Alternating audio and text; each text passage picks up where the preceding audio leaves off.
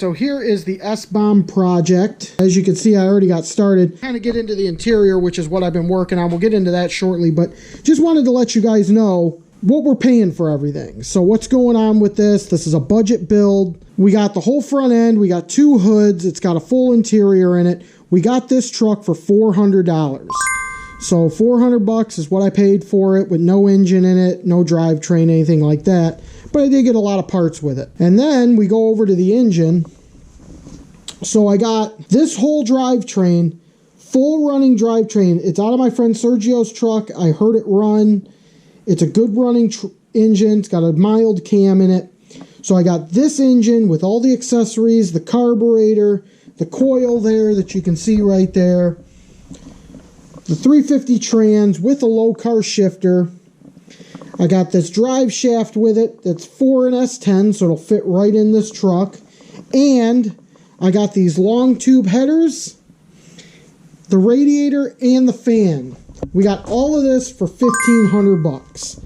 So, like I said, prices are going to be a little bit different if you were trying to do this yourself, but this engine, it's not that far off the mark.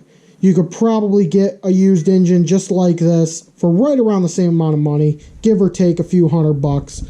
I've been working on the interior. I got the dash out, got all the interior stuff out so far. This is what I'm dealing with right now. I had a whole slew of wiring, which is sitting right here. I just ripped all of that out of the truck. That was all the aftermarket stuff for the door poppers and an alarm that was in here. I just ripped all that out. This is the heater AC controls that were in it. I actually just picked up this,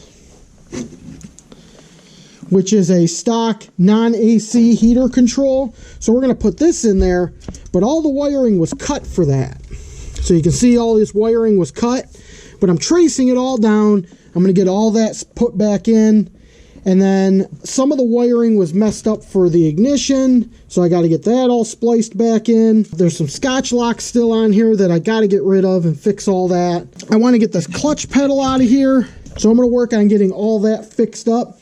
And then I got to get this fender and wheel well out because there is some wiring that would have been for the engine harness. I got to get in there and see what's going on with that so that I can put my heater box back in, which I got a stock heater box, so that's kind of cool. And then most of this wiring here is still really good. This is for the front end stuff. This is for the rear end stuff. So we should be able to salvage the wire harness that's in there. I got to actually go through and figure out what wires go to what for that heater, but we will make that work in some capacity. And then I'm going to get a new door popper set up for this thing. Luckily, I saved the old harness out of the White Wall Special, so I'm going to be able to splice some of those wires in that I need in order to make all this work. I was able to get some wiring diagrams from some friends, so we can get this thing all rewired and back to the way it needs to be, so we'll have heat. Everything will be the way it's supposed to be because somebody just hacked this thing all up, but we'll be able to save it. We also got some parts in the mail, so let's check out these parts and tally up the prices on what we got so far.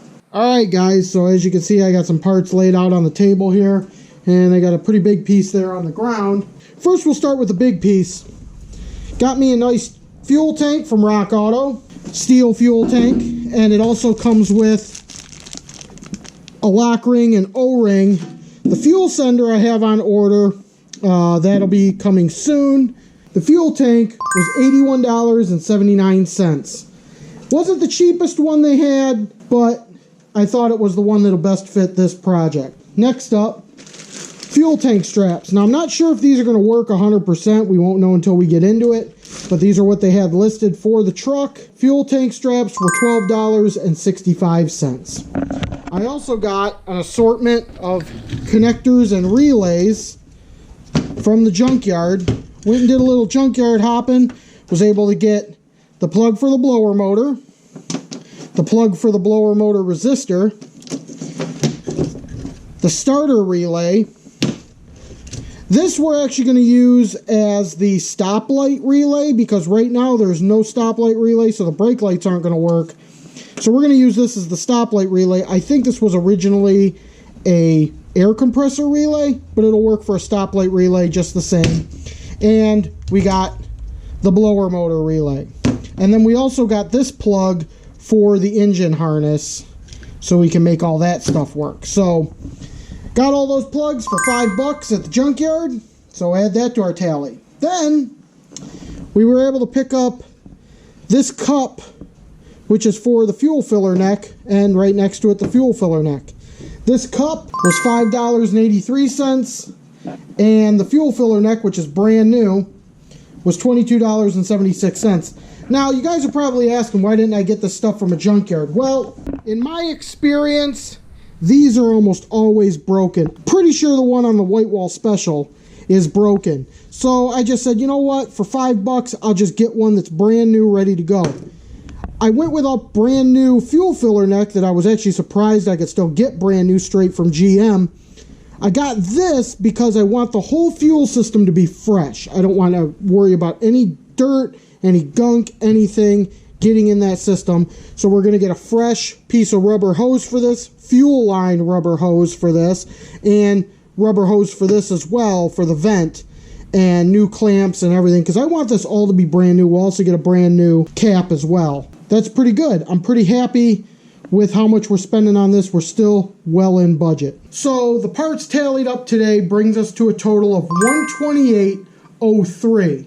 With the purchase of the truck itself and the full drivetrain that we seen earlier, that brings us up to $2,028.03. So we're still well within our $3,000 goal. I'm really thinking we're going to make that. We do have a lot of other stuff to buy, but nothing too crazy. One thing that is going to be kind of a damper, I have to buy a whole new door popper set. I think that runs about $75 to $100, but we're going to have to buy that. We're going to have to bite that bullet and buy it because all the door popper system in this thing was junk.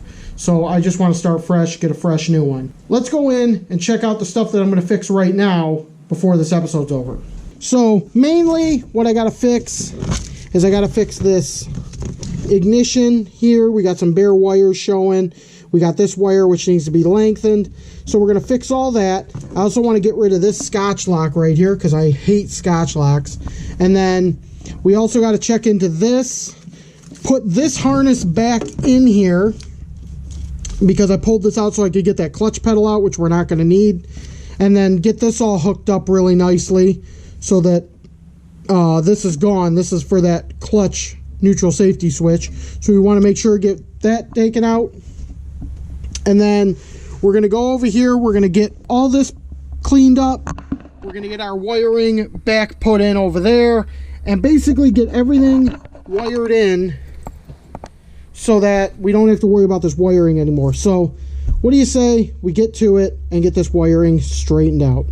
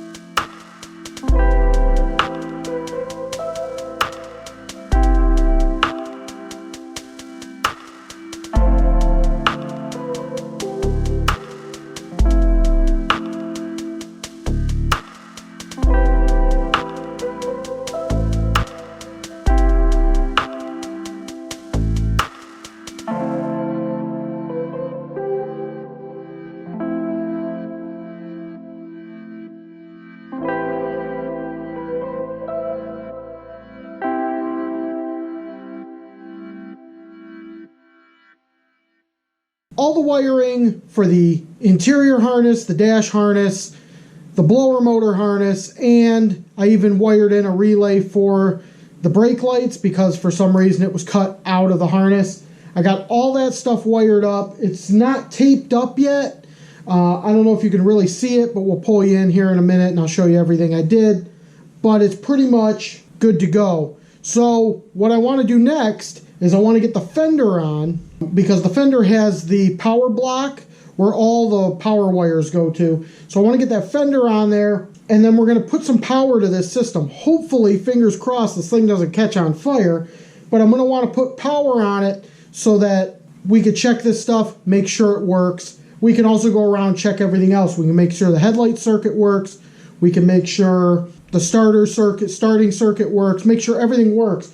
I'm actually going to slap the column back in it so that I can check and see, make sure the ignition switch works, make sure everything's working in proper order. But before I get that, I did get some more parts in the mail. So let's see what we got. I got this right here. This is the new sending unit. And this is a little different than a normal S-10 sending unit because normally an S-10 would have the fuel pump in the tank, but this has a mechanical fuel pump. We're not going to run a pump in the tank. So this kind of bypasses that. If I can get it out of the bag. This will bypass that, and instead of having the pump right here, it just goes right to the bottom of the tank. Hopefully this fits in the tank. Let's go check this out and make sure it fits. And it fits in the tank beautifully. Perfect. New lock ring and gasket goes with it. So that's awesome that that fits in the tank and it works out beautifully. So now we can just run the lines right to it. Don't have to worry about bypassing that fuel pump or anything. So that's pretty good. I picked that up from Amazon and I believe it was like 15 bucks or something. So got that. Also, I got this. I'm not even too sure what this is. I think I know what it is.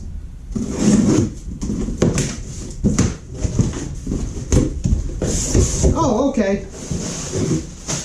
This is our brand spanking new heater core. So we'll get this installed too before we put the dash in. I'm really happy this showed up. So that way we can get the dash put back in once we're certain that all the wiring works. So that was $39, I believe. 38 and some change. So we'll just say $39. What do you say we get the fender on and we get the steering column kind of slapped back in there and all plugged back in, and then we're going to put some power to this thing and make sure it works.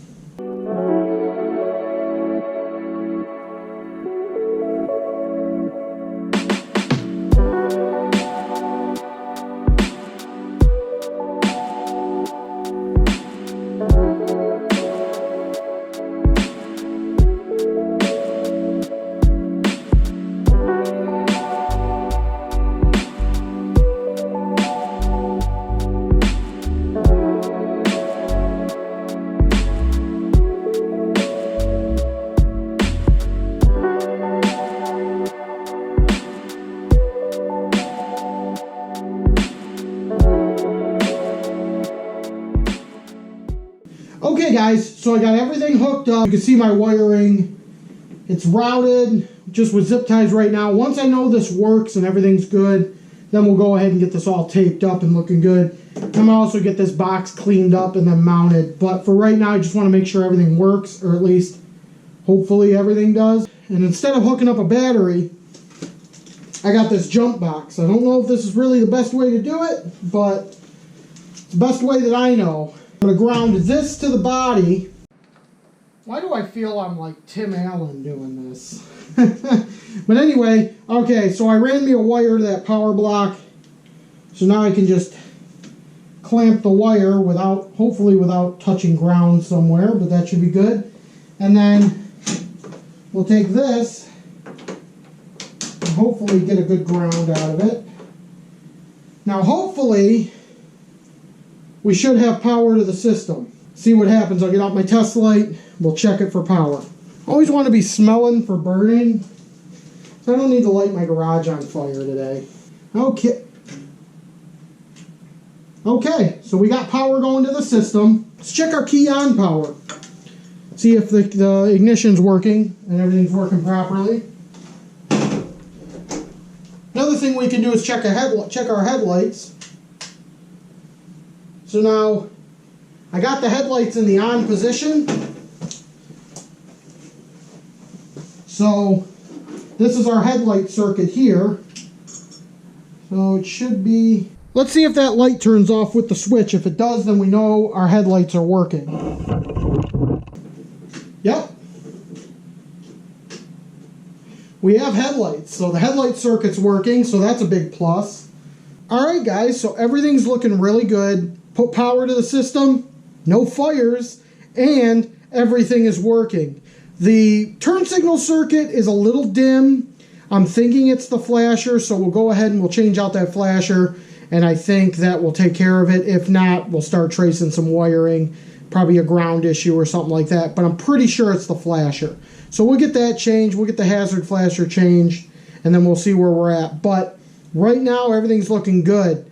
Off camera, I'll go ahead and I'll get all of this buttoned up, all the wiring nice and taped up and routed, and then in the next episode, we're going to get that engine installed and hopefully running very soon because I want to get this thing done. So that's going to do it for this episode. Thanks for tuning in. Be sure to like and subscribe.